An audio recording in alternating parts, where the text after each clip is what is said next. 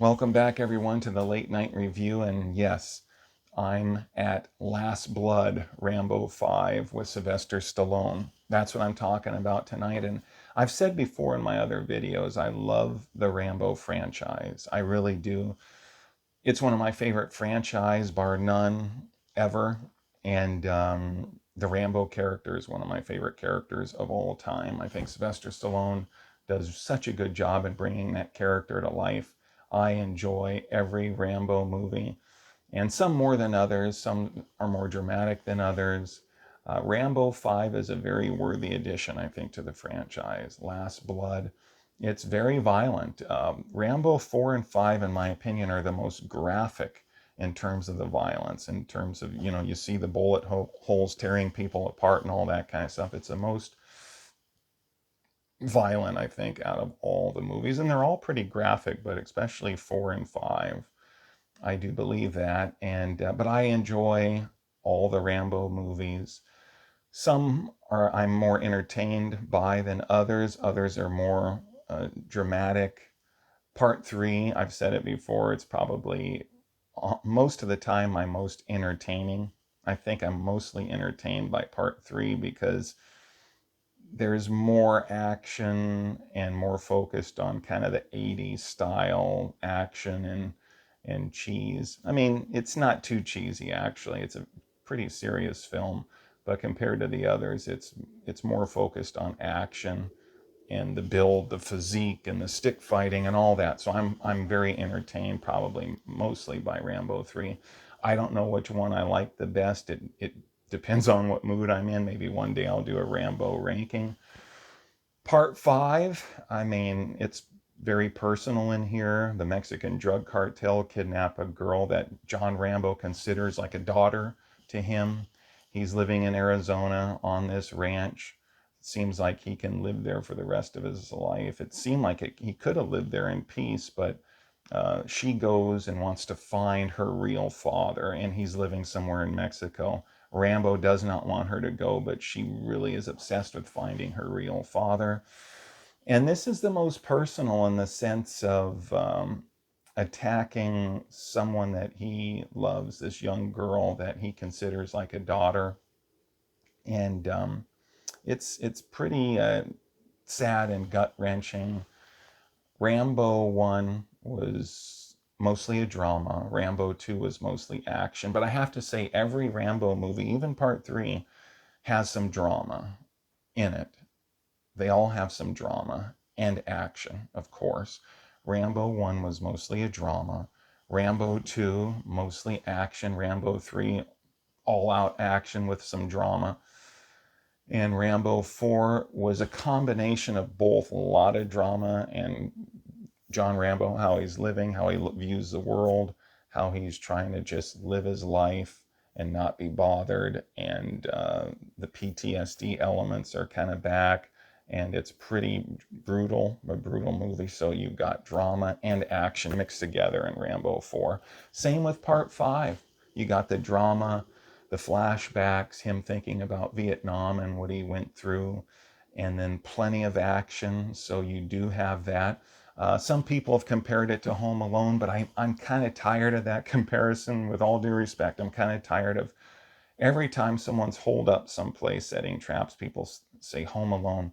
Home Alone was a comedy. Home Alone was a different genre.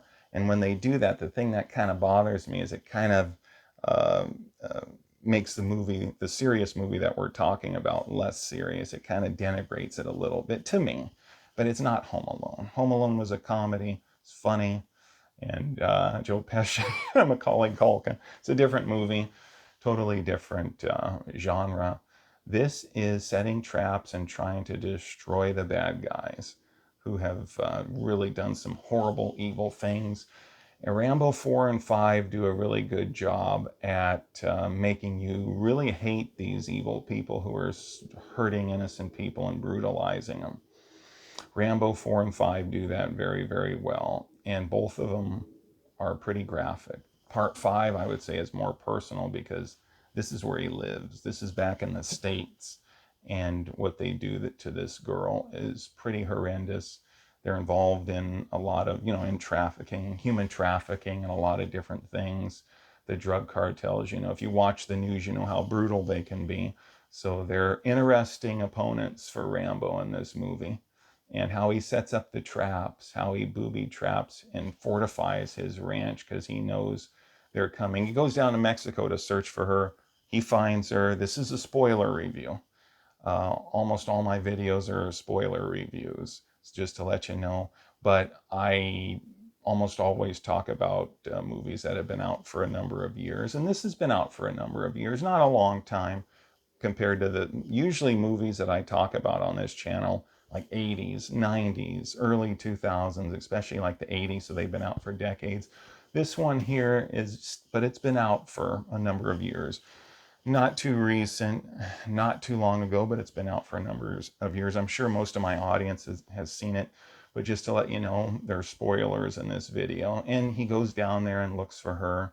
She finds her real father, actually, the girl does, and he's really a bad person. Doesn't want anything to do with her. She gets in trouble down there. She eventually gets kidnapped by the Mexican drug cartel. Sylvester Stallone, there's action down there. Sylvester Stallone takes out some people down there looking for her. He does rescue her eventually, brings her back, but she's so hurt, she dies in his truck on the way home. And that really sets him off. So he knows, and he goes after the brother of the leader of the drug cartel. There's two brothers. He kills one of them, so the other brother wants revenge against Rambo. And Sylvester Stallone knows that, so he knows they're coming for him. So he sets up all these traps around the ranch, waiting for them to come. And the way he sets them up, the way he plans, is an interesting part of the movie. It's a very serious movie. It's a very, very well done movie, in my opinion. A lot of people say it doesn't seem like a Rambo movie, and granted, it doesn't seem much like a Rambo movie. But on the other hand, it does, because there's so many references to Vietnam. There's pictures of him in Vietnam, and he looks at him. He has him at his house. They're on the ranch in Arizona. There's many references to Vietnam. He has the jacket that he wore, the army jacket that he wore, and it's supposed to be the one in the original. I don't know in real life if they actually had the original. Maybe they did. But he wears that jacket, and there's so many references to Rambo that I look at it as a Rambo movie. It is a Rambo movie, but I do understand people who say it doesn't really seem like a Rambo movie, because at times it doesn't. But I like it. I think it works. It's definitely not my favorite of the whole Rambo series, but it's not my least favorite either. It's not. I think it's a very good addition to the franchise. I actually, most of the time, I enjoy Rambo 5 more than Part 2. I really like Part 2. When I was a kid, I loved Part 2.